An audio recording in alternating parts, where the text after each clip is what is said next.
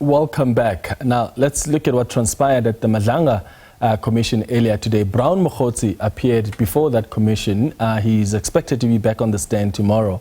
And his testimony today was littered with wild allegations, most of which he wasn't able to back up. I don't even know how else to describe that testimony.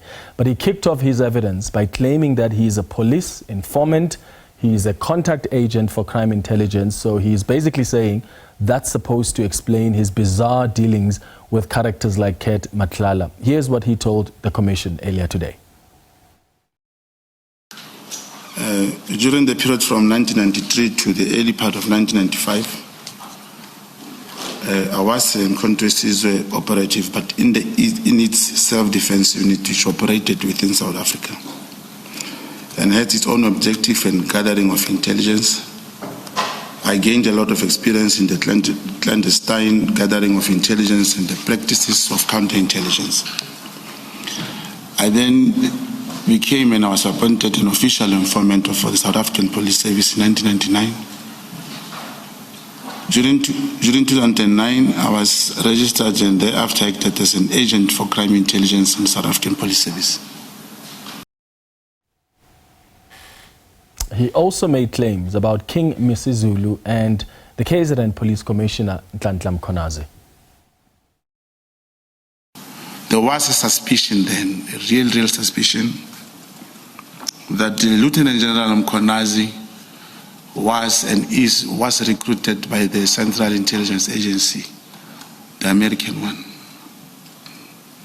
and he actively worked for them.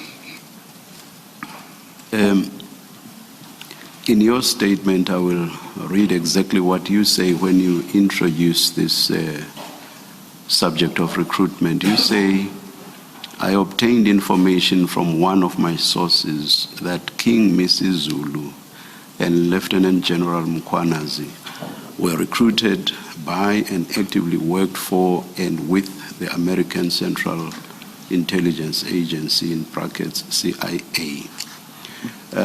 Relayed to us by you, this information is hearsay, and relayed to you by your source, it is hearsay. So it is hearsay upon hearsay or double hearsay. Do you agree? I do not agree, commissioners. In this world, the intelligence world, when there is a suspicion, you may presume, you can say yes, it's a hearsay, how a general person will think. But a contact agent, an underground operative, will have to investigate. So what was his relationship with Senzo Mchunu, the police minister? He has revealed that he had unfettered access to Police Minister Senzo Mchunu. One of the instructions from the handler was that both the handler and the coil, the handlers, Ket Matlala must never meet with Senzo Mchunu. My responsibility would rather be to manage him or to say things that I know would never materialize. But it was a clear instruction that they should never meet. And indeed, they never met. And did you know why there was that instruction? Yes, remember the intention on this company was to investigate the director who comes from being a John Wick, who's now Ket Matlala. There was no way you could bring that person closer to the minister. Sorry, there's no way? You could bring that person close to the minister, Commissioner. All right, so that's a summary of what happened at the Madlanga Commission earlier today. The police have still not come out to dispute that he is not an informant. He has revealed to the Commission of Inquiry his handlers, one of which he said is Warrant Officer Mabizela. The Commission also confirmed that it interviewed one of his handlers yesterday. So is he or is he not an informant. The question we're asking you tonight, though, is what do you make of the testimony of this chap, Brown Mogotsi? Do you believe him? Do you think he's credible? Do you find what he said earlier today credible? You can send us a WhatsApp voice note on 078-459-1897. Remember to tell us your name and your surname and where you're sending that voice note from. And please keep it at 30 seconds. Or you can send us an X on @FaceTheNation SABC. Let's get some analysis now with Chad Tomas, who is the CEO of the IRS Forensic Investigations, and Major General Johan Booysen, who is the former head of the Hawks in KwaZulu-Natal. Mr. Tomas and Major General Booysen, thank you so much to both of you for making time for us. Major General Booysen, let me start with you. Brown Mogotsi claims that he is a contact agent for crime intelligence. He's a police informant. What is a contact agent, and is it the same thing as a police informant? Good evening, Clement, and thank you for having me. And so let me start off by distinguishing between a police informant and a police agent. There's a clear distinction. An agent will always be a police that goes undercover. And police informer could be any person, any member of the public. It would be very easy to verify whether he was either of the two, because in either of those two cases, whether you are an informer or an agent, there's an administrative function that has to be completed. It's controlled by a National Police Instruction 1 of 2021, which dictates how those informers and agents should be handled. But the important thing is, each agent and each informer must have two files. The one is an administrative file, and the other one is an operational file. The administrative file contains the identity of the informer or agent, and thereafter, if there's an agent, he will be referred to by a number, and that number has a prefix SR. So if he was indeed an agent, he should have an SR number, and it should be reflected in the administrative file. And secondly, every action that he took and every tasking or debriefing that he had with his handler or the person to whom he gave the information should be reflected in the operational file. And those files must be available for audit. Yeah. Mr. Tomas, one of the things he mentioned, in fact, was one of his handlers, Warrant Officer Mabizela, that's what he said, which confuses some people. I mean, he has revealed his co-handler as well to the commission. Why hasn't Warrant Officer Mabizela come out to dispute that this is not true? In fact, why hasn't the police released a statement to dispute what he's saying? Wouldn't that be the best way to clarify to South Africans what's true and what's false here? There's a lot to break down here. First of all, if he is a undercover agent, it would be very difficult for any intelligence agency, including crime intelligence within the police, to come out and acknowledge that somebody's an agent. There's always plausible deniability. There's always people that are at arm's length for various operational reasons. And it would send the wrong message to other agents if the state is coming out and identifying, although he himself has come out and said that he's an agent. One thing that does strike me as strange, however, is that he has a very long record of being charged for very, very serious crimes in the Northwest. We're talking from assault GBH to kidnapping to murder. And the state felt strong enough during the investigations to actually name him in cases as suspects, yet those cases never proceeded. They were all withdrawn. For a case to be withdrawn at that level, if somebody is a clear suspect and it doesn't go before the courts, indicates that there's been some or other interference. And if he was in fact a police informant, it's very possible that his police handlers could have had some or other influence or interfered in those cases to protect their source and to protect their informer because he was producing some or other results. But in the same token, he's also come with some very bizarre statements today, the CIA being one of the more bizarre, the other that his fiance received 149,000 Rand, but he didn't benefit from that. So he's clearly an agent provocateur. He's clearly an information peddler. And whether or not he works for the state needs to be clarified for the basic elements of being able to establish this man's credentials. And that's it, and that's why I'm confused that the police are not even releasing a statement, because as you say, Major General Booysen, he must be registered, there must be a file, that also indicates the kind of work that he's done. Do you also believe that perhaps he could be an undercover agent, Major General Booysen? And how do agents normally work, like even informants work in crime intelligence? Because Brown Mogotsi seems to suggest that he had to work with alleged criminals to buy their trust. He needed to be in their close circle. Is that how informants normally do their work? I think the first question that needs to be answered is whether he's indeed an agent or was an agent, in which event he would have had to be a police official who then gets taken off the system and goes undercover. So that would be easy to verify whether he had indeed been a fully fledged policeman previously.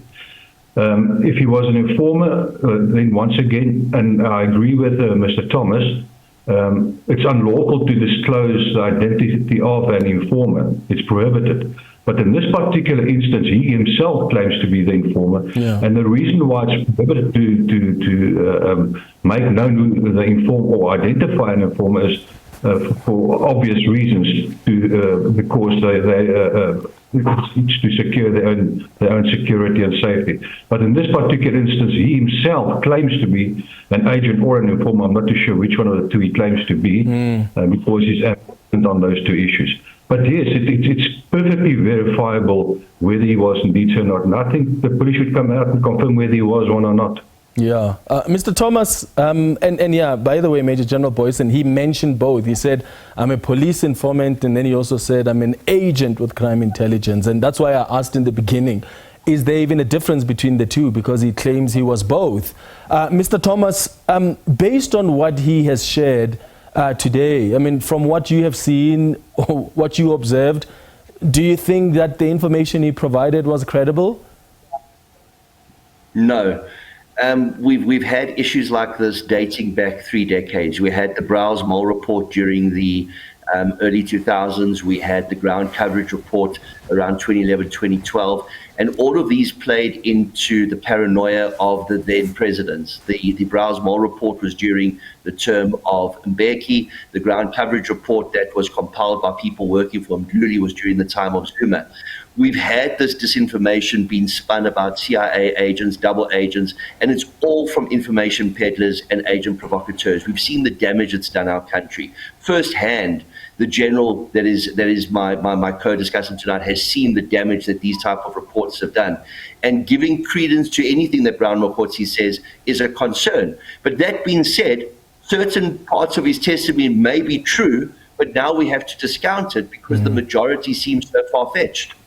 Chad Tomas and Major General Johan Booysen, thanks to both of you for making time for us. After the break, we're going to have a conversation with the ANC's former Treasurer General, Phosa. Stay with us here on Face the Nation.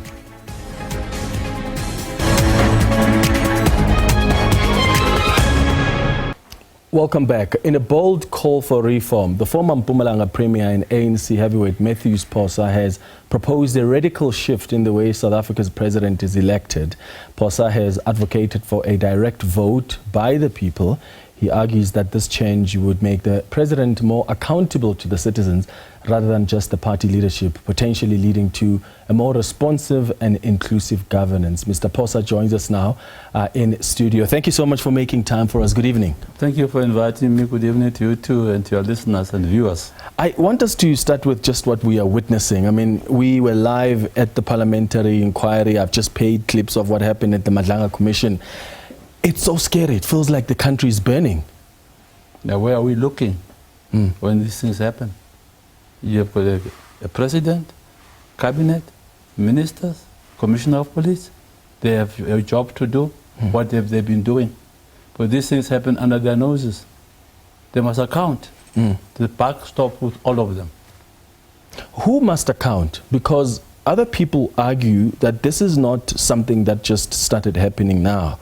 This thing where there's interference even in the security apparatus has been happening for a long time by the ANC leaders leading it. Well, you must accept that those ANC leaders who are implicated are corrupt. They're thieves. And the law must take its course against them. The sooner Madlanga rounds up this thing, the better. and points out where who must be investigated, who must be prosecuted, right? Who must be put on trial. The sooner the better for us. We must send a strong message there of law enforcement. There must be consequences for wrongdoing. I think many people have got away with murder for too long. If you take the Zonal Commission, 91 people have been implicated. I phoned the head of the Hawks. I've asked him, how many of these people are going to investigate? He says, I'm waiting for instructions. What was the Zone all about? All those billions. Which head of the Hawks is this? Godfrey Lebeya? Yeah, Godfrey Lebeya. I did call him, yeah. What instruction is he waiting for? Well, he was asked, I asked a question, have you been investigating these people? He said, I have not been instructed to investigate them. That's bizarre. Yes, exactly, but I can't speak for him. And I mean, he's retired now. Well, game gone. Okay. Do you think that what we're seeing now in the security sector, the criminal justice system, and all these allegations could be a result of political infighting within the African National Congress? And I'm asking that question because when you look at what happened, for instance, during the July unrest, there was an expert panel report which came out and said that the ANC's internal contradictions and factions are actually partly to blame for what we witnessed. And I'm wondering now if what we are witnessing is not partly part of the result of that. If you go and visit Matlala's house and you exchange money, what does that have to do with ANC? It's got something to do with you who's doing that thing. It's individual members of the ANC who get corrupted by criminals and work with criminals. And the sooner we accept that, the better. The sooner we stop shielding people from prosecutions, the better for this country. Okay, what do you think is the solution then? I spoke about the country feeling like it's burning. You said, what has cabinet, what has the president been doing? How do we reset? Because this is not normal. I think there are various levels of dealing with these problems. The president says, I've established a commission of inquiry. I'm awaiting the report. It makes sense, but the question is, what is going to happen to the report? I'm saying, what should happen to the report? There must be immediate investigations and prosecutions against wrongdoing. It's very clear wrongdoing is staring us in our eyes. Those people who are implicated, from Commissioner of Police going down, from Minister of Police going down, must bear the consequences of what is happening. It happened on their watches. But the ANC hasn't created a culture of consequence management. Well, that's why the ANC is losing elections. It tumbled from 70% to 40%. And lo and behold, if this trend goes on, the ANC will die. It will die. But this is not something that also begins now. You remember during the time of even Jacob Zuma when he was being shielded from accountability. But I don't know who shielded him. I was not part of that. I didn't remember seeing anybody shielded. Zuma shielded himself. In Polokwane, I mean, there's a picture of different ANC leaders. Huh? Was it you? Was it Kgalema Motlanthe? Was it Zwelinzima Vavi? Where you are literally during Polokwane, the conference. Let me tell you that Polokwane, we made a mess. But you were shielding him from accountability. But we were not shielding him from any accountability. Polokwane was different. There were factions between Thabo and Zuma. And Zuma had not been charged. There has not been conviction on him. And we had no right to behave like we are a court of laws ourselves. It would have been wrong. It was important that he's prosecuted in a court of law. There was politics. And we were divided down the middle. And in Polokwane, that's where we buried the ANC. What precedent do you think that set? Wrong one. In Polokwane? Wrong one. We should next time apply our mind carefully and choose leaders carefully. You spoke about law enforcement. The Scorpions were there. But the Scorpions were targeted as well by some of the ANC leaders. The Scorpions were abused politically. So are we ever going to have law enforcement that's never going to be accused of political interference? Politicians must stay away from law enforcement and use them for enforcing the law, not to settle political scores. But when the law enforcement actually do their work, politicians come out and say they are being used to settle was scores. Not doing their work by settling scores between Thabo Mbeki and his enemies. They were not doing their work. They were being abused. That's why they were attacked. What do you think President Cyril Ramaphosa should do? Because there's so much that has been revealed so far, even about Senzo Mkhunu. And yet, the president, of course, his argument will be, I'm waiting for the commission to finish its work. And Bazima Shilo actually wrote an opinion piece and said the president has to act now. But is he going to act? Does he have the strength to even act? If you ask me, Matthew Phosa, that question, I'll say the president must fire his minister now and clear the deck. It will send a shocking lesson even to the commissioner. If the commissioner is implicated, he must be fired now. No one must be protected. Now. It will send a shock in the system. There can't be a middle road. There's no middle road to dealing with crime. You must take action, executive action. Indecisiveness is no longer what the president can afford. Speaking of the president, the SABC has been reporting this week that at the NEC meeting, the president dared his detractors and said, stop talking about my future in dark corners. Come tell me to my face if you want me to step down. And everybody is wondering if what we are seeing now is not the movie that we've seen before with Thabo Mbeki and Jacob Zuma. And is the movie going to end up the same way? What are your thoughts? Let me tell you, I was there when Thabo Mbeki left. And there was decisiveness. A resolution was taken in the early hours of the morning. The same morning was told, sir, you have to resign. And Thabo was very honorable. He resigned. Clear. Zuma sat with me in his house. The night before he was going to resign, he called me. He said, what do you think? I think, Mr. President, please, I love you, you must go. And the following day, he left. I don't think the NEC at the moment is at that point where they could say to Cyril, go. If they wanted to say so, they could say so tomorrow. And Cyril was calling off the bluff. Don't gossip. If you want me to go, tell me the time when I must go. I'll go. He was calling off the bluff. He's not going to go. If he goes, he'll go at his own time. Do you think the ANC can afford that, though? Because there are some that are saying he must also go. He shouldn't be allowed to finish his term. They're beginning to mention even the ANC's electoral performance in the elections last year, and they're trying to directly blame him for that. If there are people who are trying to push for that, do you think the ANC and even the country can afford that? I think it's a matter of speculation from where I'm sitting.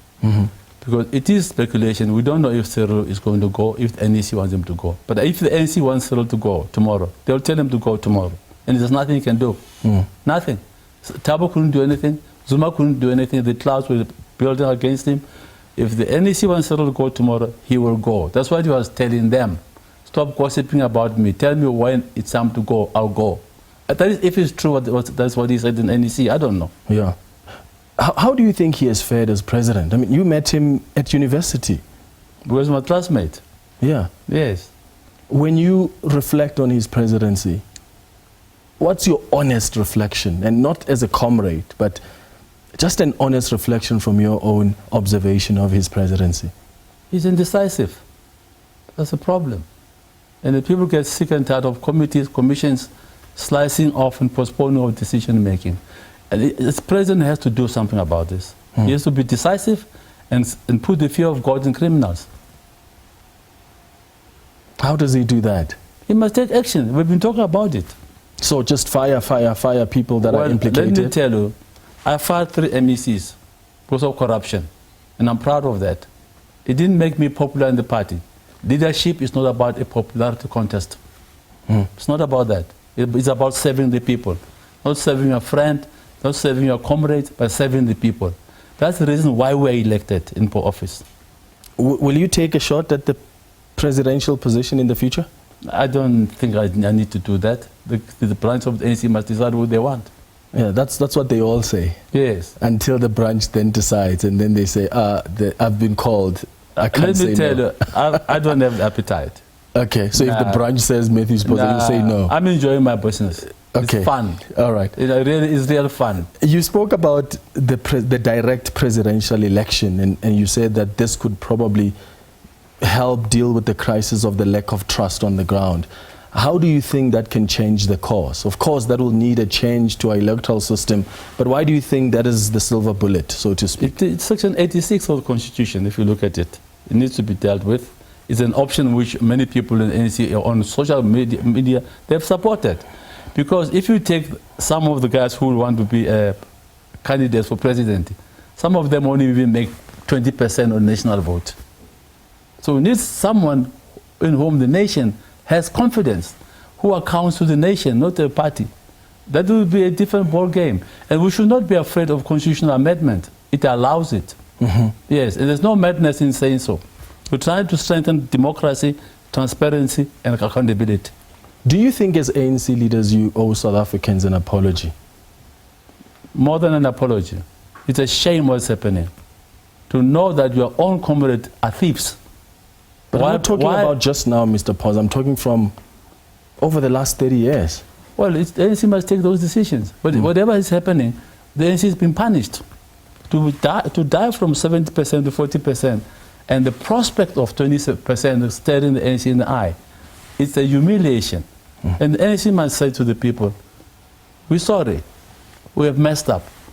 But you don't even have to tell the people. They can see we're messing up. All right. Matthew Phosa, thank you so much for speaking to us. Thank you. Really appreciate it.